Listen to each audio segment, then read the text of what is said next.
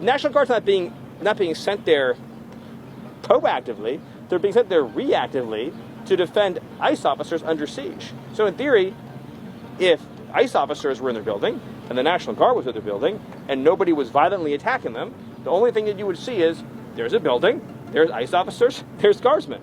The violence is entirely rioters choosing to show up and wage violence at a specific federal building. They've handed out flyers. I saw one Antifa flyer recently, and it said, we need to mobilize around the Broadview facilities, this is in Chicago, to shut down ICE. So what does that mean? When they say we're going to mobilize to shut down ICE, what are they saying? They're saying they're going to carry out insurrection against the federal government by using force, obstructive force, to keep ICE officers from going out and conducting arrests. Would we ever tolerate this with any other law enforcement agency? Couldn't tell you what either one was. Okay, you're Mike halfway through it, moved on to Taylor Swift now.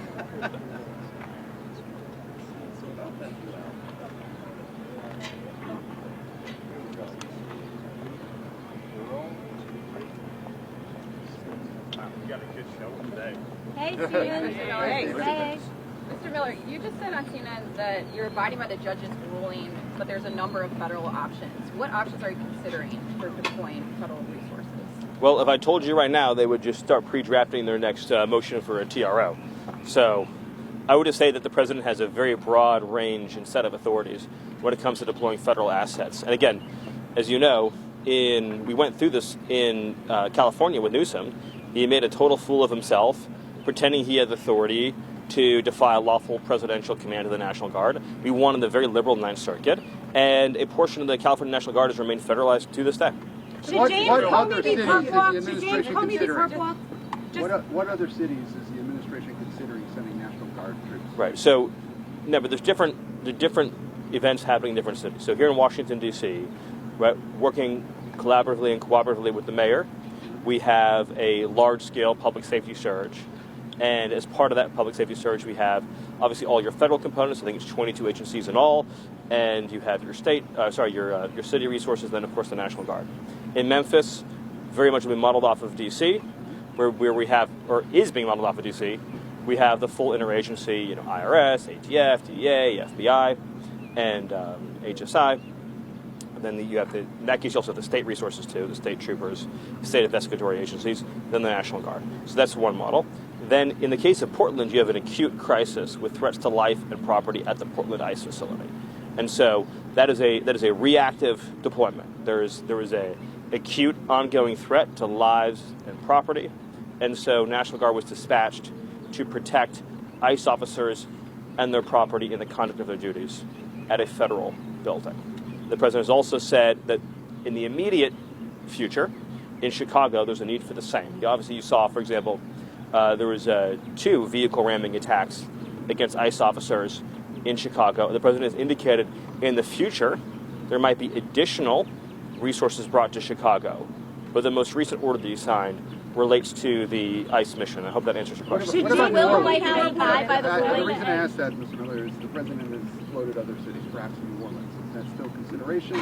And is the administration actively considering others? Yeah, Governor Landry sent a request, as you know, and so we're working with Governor Landry as we speak to figure out an appropriate next step. I'm not going to sit here and say advance what is next. Obviously, in the case, Memphis is a good example, a good model, where the governor reached out to us.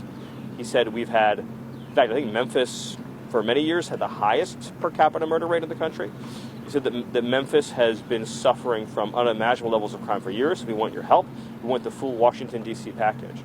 As a side note, we meet every week with city leaders here in Washington, D.C., and this has proven to be, in their own mind, in their own words, one of the most extraordinary things that anybody has ever seen. Steven, yes. Steven, you said the other day that you want to use legitimate state power to dismantle left-wing terror networks. Which organizations were you talking about, and what kind of state power are you envisioning using? That's a great question. Thank you. And I'm glad for the opportunity to add a couple more details to that. So the struggle that's taking place right now is between the lawful exercise of power by the American people through a duly elected government versus the unlawful exercise of street violence in the form of domestic terrorism. So, again, the clearest example of this is when you have ICE officers who are carrying out the statutes and laws of the United States to arrest and remove illegal aliens, who are being subjected to violent attacks in the conduct of their duties. That's an example of illegitimate violence, illegitimate power in the form of domestic terrorism being used to impede the conduct of their official duties. The answer to that, in a civilized, modern, civilized society, is to use legitimate state power, grand juries, subpoenas, arrest warrants, search warrants, and every other federal power at the disposal of the commander-in-chief to identify and find everybody who is trying to use the real and actual threat of violence to impede the conduct of these federal responsibilities and ensure that they're placed behind bars. I'm not going to give you any advanced information about what these investigations have yielded so far. The Joint Terrorism Task Force has the lead, but they have found that these campaigns, that's not, of course, only against ICE officers. There's also conversation we're having about the assassination of Charlie Kirk, the 2 attempted assassinations against President Trump, the assassination of the United Healthcare CEO, the attempted assassination of Justice Kavanaugh, which, of course, had an insane sentence of 8 years. So it's the broader spectrum of political violence. But obviously, ICE as an agency has been subjected to a 9-month effort to substitute left-wing violence for the votes of the American people. No federal officer in the conduct of their duties should have to worry about being physically attacked, being physically obstructed, being physically impeded, being doxxed, having a bounty put on them.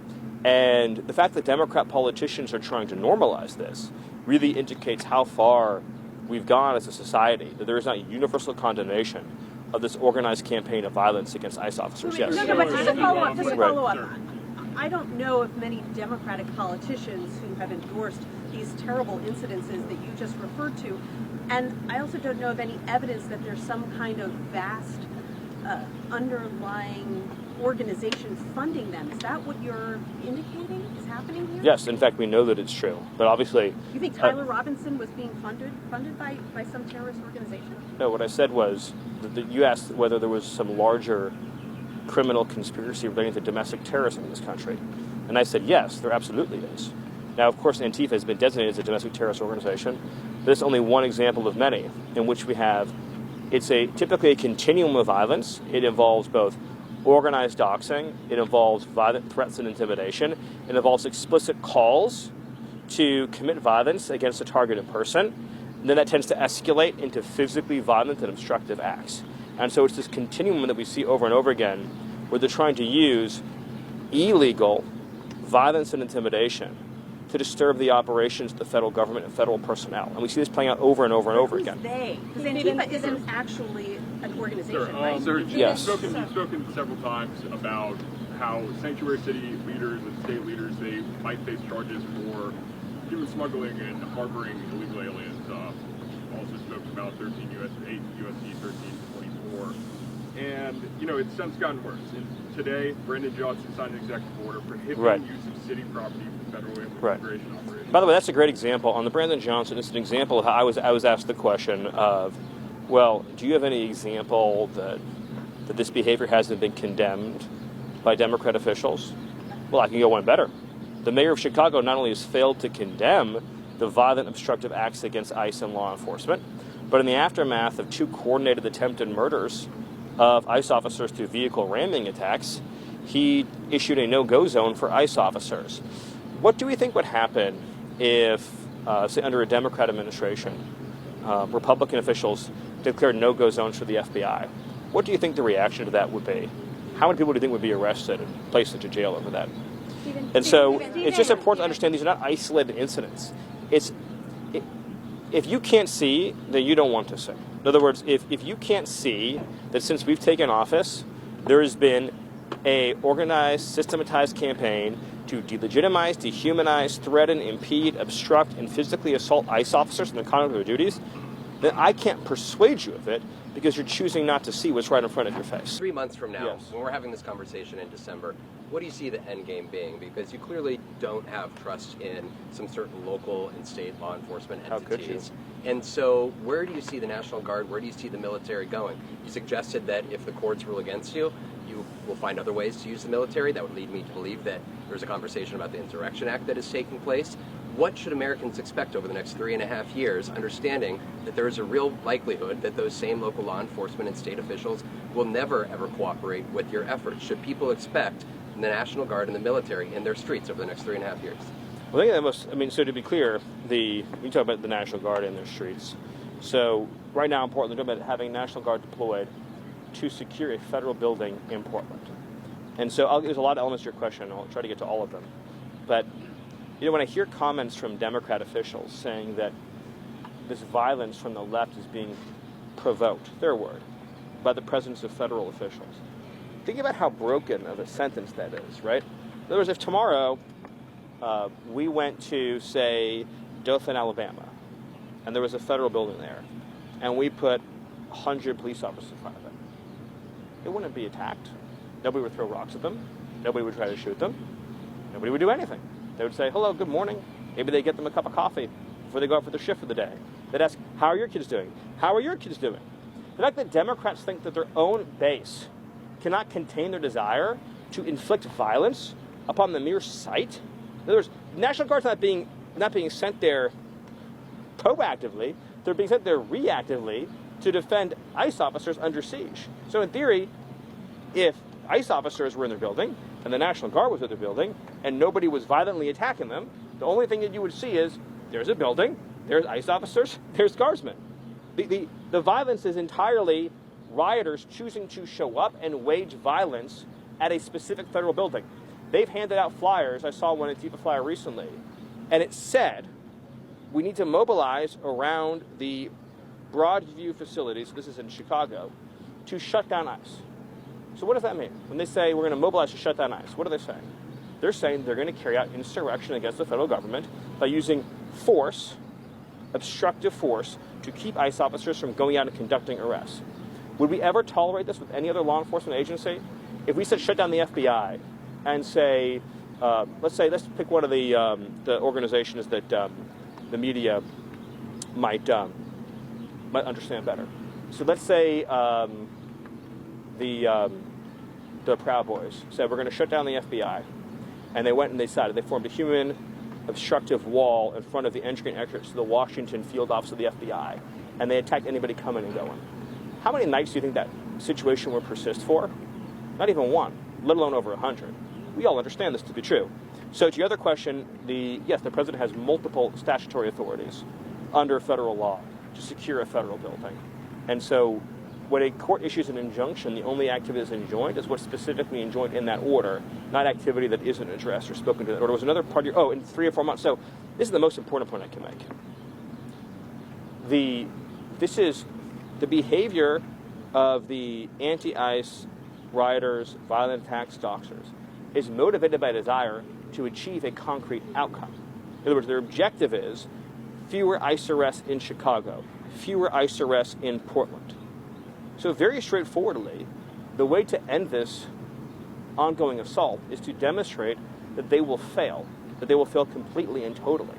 In other words, if you were able to secure these buildings using additional resources, you're not having your entire federal law enforcement apparatus doing nothing but physical building security. If you're able to use the National Guard to secure these buildings and free up your ICE officers and your FBI agents and everyone else to go out and do enforcement in the community, to go out and find dangerous predators and remove them, you will demonstrate very conclusively, as we did in Los Angeles, by the way, that all your riots and violence will get you is more deportations. That has happened in Washington, D.C. That has happened in Washington, D.C., has it not? Yet the men and women of the National Guard remain here in the streets instead of being at home. Well, it's a great example, but not in the way that you phrased it. So I know you all have questions, but it's a great. But I think that's where, if you're a democratic city, you're looking at Washington, D.C. and saying, they complied, there is no mass protest, and the crime, President Trump said it's a crime-free city now, so why are the National Guard remaining? And that is why there's such an affront. You're adjacent to a great point. But the reason why there's peace and calm in the city is because the criminal element is understood that their criminal activity will not achieve their desired outcome. That's the most important point. So you support them remaining in the streets of these American cities? long-term? Here in Washington, D.C., the National Guard, as John Fetterman has said, is one of the most wonderful things that ever happened to the city. It means you can go out to the National Mall and not have to worry about being attacked. But the other thing is that... But you support them in American cities long-term. The National Guard deployment is part of a cohesive public safety operation, like in D.C. and like in Memphis, is an extraordinary blessing. The tragedy that I see is when... you support them in American cities long-term. I answered the question the way that I did. The tragedy that I see is when you have a 6-year-old boy, has happened recently, whose killer, who stabbed him in the head till the knife was blunt, got released from jail on good behavior. The tragedy is when you try to murder a Supreme Court justice and you're out of jail in 8 years. Right? The tragedy is when you have somebody who's been in and out of the criminal justice system for, well over a decade with 39 arrests, like in North Carolina, and can just walk up to an innocent Ukrainian refugee and knife her to death in the throat. That's the thing that gets me upset, and that's the thing that gets the American people upset. And the second thing to your question is, putting people in jail who are committing this terrorist activity is the number one most important deterrent. But you long-term believe that over the next 3.5 years, the military... I think everyone wants me to move on to the next question. Sure, but thank you. I've been very patient. Thank you.